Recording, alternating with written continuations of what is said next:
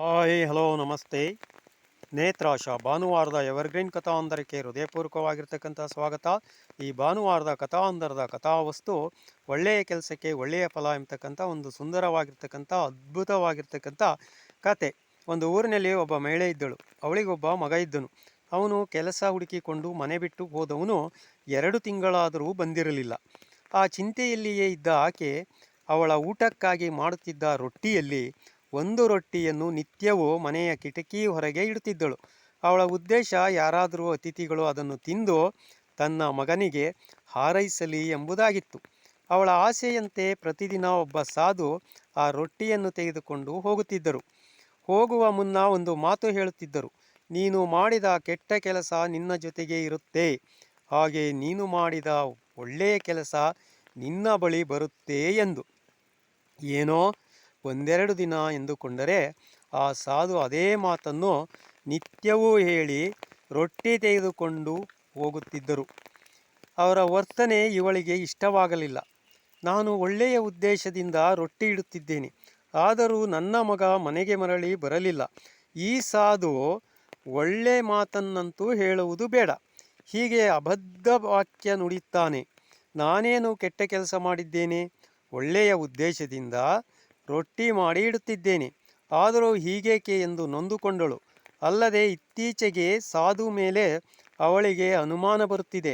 ಈ ಸಾಧು ತನ್ನ ಮಗ ಮರಳಿ ಮನೆಗೆ ಬರದೇ ಇರುವಂತೆ ಏನಾದರೂ ಮಾಡಿದ್ದಾನೆಯೇ ಎಂದು ಯೋಚನೆ ಮಾಡಿ ಸಾಕಾಗಿ ಈ ಸಾಧು ರೊಟ್ಟಿ ತೆಗೆದುಕೊಂಡು ಹೋಗುವುದೂ ಸಾಕು, ಅವನು ಹೇಳುವ ಮಾತೂ ಸಾಕು ಎಂದು ಅವಳ ಮನಸ್ಸು ಚಡಪಡಿಸಿತು.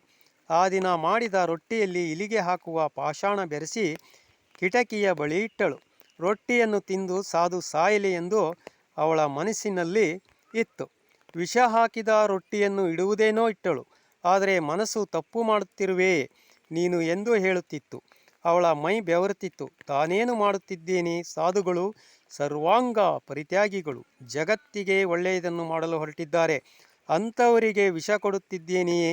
ಆಕೆಯ ಮನಸ್ಸಿನ ಮಾತನ್ನು ಕೇಳಿ ವಿಷದ ರೊಟ್ಟಿಯನ್ನು ತೆಗೆದು ಉರಿಯುತ್ತಿದ್ದ ಒಲೆಗೆ ಹಾಕಿದಳು. ಸಮಾಧಾನದಿಂದ ನಿಟ್ಟುಸಿರು ಬಿಟ್ಟು ಎಂದಿನಂತೆ ಒಳ್ಳೆಯ ರೊಟ್ಟಿಯನ್ನು ಮಾಡಿ ಕಿಟಕಿಯ ಹೊರಗೆ ಇಟ್ಟಳು. ಅದೇ ಸಾಧು ಬಂದು ರೊಟ್ಟಿ ತೆಗೆದುಕೊಂಡು ನಿತ್ಯ ಹೇಳುವಂತೆ, ನೀನು ಮಾಡಿದ ಕೆಲಸ ಕೆಟ್ಟ ಕೆಲಸ ನಿನ್ನ ಜೊತೆಗೆ ಇರುತ್ತೆ, ಹಾಗೆಯೇ ನೀನು ಮಾಡಿದ ಒಳ್ಳೆಯ ಕೆಲಸ ತಿರುಗಿ ನಿನ್ನ ಬಳಿ ಬರುತ್ತದೆ ಎಂದು ಹೇಳಿ ಹೋದರು. ಆ ತಾಯಿಗೆ ಮತ್ತೆ ಮಗನ ನೆನಪು ಬಂದು ದುಃಖದಿಂದ ಕಣ್ಣೀರು ಹಾಕುತ್ತಾ ಕುಳಿತಿದ್ದಳು. ಆ ಸಮಯಕ್ಕೆ ಮನೆಯ ಮುಂದಿನ ಬಾಗಿಲು ಬಡಿಯುವ ಶಬ್ದ ಕೇಳಿತು. ಬಾಗಿಲು ತೆಗೆದು ನೋಡಿದಳು. ಅವಳ ಕಣ್ಣನ್ನು ಅವಳೇ ನಂಬಲಿಲ್ಲ. ಮನೆ ಬಿಟ್ಟು ಹೋಗಿದ್ದ ಅವಳ ಮಗ ಎದುರಿಗೆ ನಿಂತಿದ್ದ. ಅವನು ಮನೆ ಬಿಟ್ಟು ಹೋಗಿ 2 ತಿಂಗಳುಗಳೇ ಕಳೆದಿತ್ತು. ಪತ್ರವಿಲ್ಲ, ಫೋನ್ ಮಾಡಿಲ್ಲ, ಯಾರನ್ನೇ ಕೇಳಲಿ ಗೊತ್ತಿಲ್ಲ ಎನ್ನುತ್ತಿದ್ದರು. ಈಗ ಎದುರಿಗೆ ಬಂದು ನಿಂತ ಮಗನನ್ನು ನೋಡಿ ಅವಳಿಗೆ ಆನಂದವಾಯಿತು. ಅವನನ್ನು ದಿಟ್ಟಿಸಿ ನೋಡಿದಾಗ ಊಟ ಮಾಡದೆ ಯಾವುದೋ ಕಾಲವಾದಂತಿತ್ತು. ಮೈಮೇಲೆ ಹರಿದ ಬಟ್ಟೆ ಧರಿಸಿದ್ದ. ನೋಡಿ ಸಂಕಟವಾಯಿತು. ಮಗನೇ, ಇಷ್ಟು ದಿನ ಎಲ್ಲಿಗೆ ಹೋಗಿದ್ದೆ ಎಂದು ಕೇಳಿದಾಗ, ಅಮ್ಮ, ನಾನು ಕೆಲಸಕ್ಕಾಗಿ ಬೇರೆ ರಾಜ್ಯಕ್ಕೆ ಹೋಗಿದ್ದೆ. 2 ದಿನದ ಹಿಂದೆ ನಾನಿದ್ದ ಪ್ರದೇಶಕ್ಕೆ ಶತ್ರು ದೇಶದ ನುಸುಳುಕೋರರು ನುಗ್ಗಿ ಬಂದು ಹೆದರಿಸಿ ಬಂಧಿಸಲು ಕರೆದೊಯ್ಯುತ್ತಿದ್ದಾಗ ನಾನು ಹೇಗೋ ಅವರಿಂದ ತಪ್ಪಿಸಿಕೊಂಡು ಬಂದೆ. ಅನ್ನ ನೀರು ಇಲ್ಲದೆ 2 ದಿನವಾಗಿತ್ತು. ಊರಿಗೆ ಬಂದರೆ ಸಾಕೆಂದು ಓಡೋಡಿ ಬರುತ್ತಿದ್ದೆ. ದೇಹದಲ್ಲಿ ತ್ರಾಣವಿಲ್ಲದೆ ರಸ್ತೆಯಲ್ಲಿ ಬಿದ್ದು ಬಿಡುತ್ತಿದ್ದೆ. ಆಗ ಅಲ್ಲಿ ಬರುತ್ತಿದ್ದ ಒಬ್ಬ ಸಾಧುಗಳು ನನಗೆ ಕುಡಿಯಲು ನೀರು ಕೊಟ್ಟು ತಿನ್ನಲು ಒಂದು ರೊಟ್ಟಿ ಕೊಟ್ಟರು. ಅನಂತರ ನಾನು ಸುಧಾರಿಸಿಕೊಂಡೆ. ಆ ಸಾಧುಗಳು ಹೊರಡುವಾಗ ಒಂದು ಮಾತನ್ನು ಹೇಳಿದರು: ನೀನು ಮಾಡಿದ ಕೆಟ್ಟ ಕೆಲಸ ನಿನ್ನ ಜೊತೆಗೆ ಇರುತ್ತೆ, ನೀನು ಮಾಡಿದ ಒಳ್ಳೆಯ ಕೆಲಸ ತಿರುಗಿ ನಿನ್ನ ಬಳಿಗೆ ಬರುತ್ತೆ. ಇದನ್ನು ಕೇಳಿದ ತಾಯಿ ಕರೆಂಟ್ ಹೊಡೆಸಿಕೊಂಡವರಂತೆ ಸಣ್ಣಗೆ ನಡುಗಿದಳು. ಹೇ ಭಗವಂತ, ಈ ದಿನ ನಾನು ವಿಷದ ರೊಟ್ಟಿಯನ್ನು ಇಟ್ಟಿದ್ದೆ, ಸಾಧುಗಳು ಅದನ್ನೇ ನನ್ನ ಮಗನಿಗೆ ಕೊಟ್ಟಿದ್ದರೆ. ಅವಳು ಯೋಚಿಸಲು ಹೆದರಿದಳು. ಸದ್ಯ ಮನಸ್ಸಿನ ಮಾತನ್ನು ಕೇಳಿ ಅದನ್ನು ತೆಗೆದು ಒಲೆಗೆ ಹಾಕಿ ಒಳ್ಳೆಯ ರೊಟ್ಟಿ ಇಟ್ಟೆ. ಸಾಧುಗಳು ತೆಗೆದುಕೊಂಡು ಹೋದರು.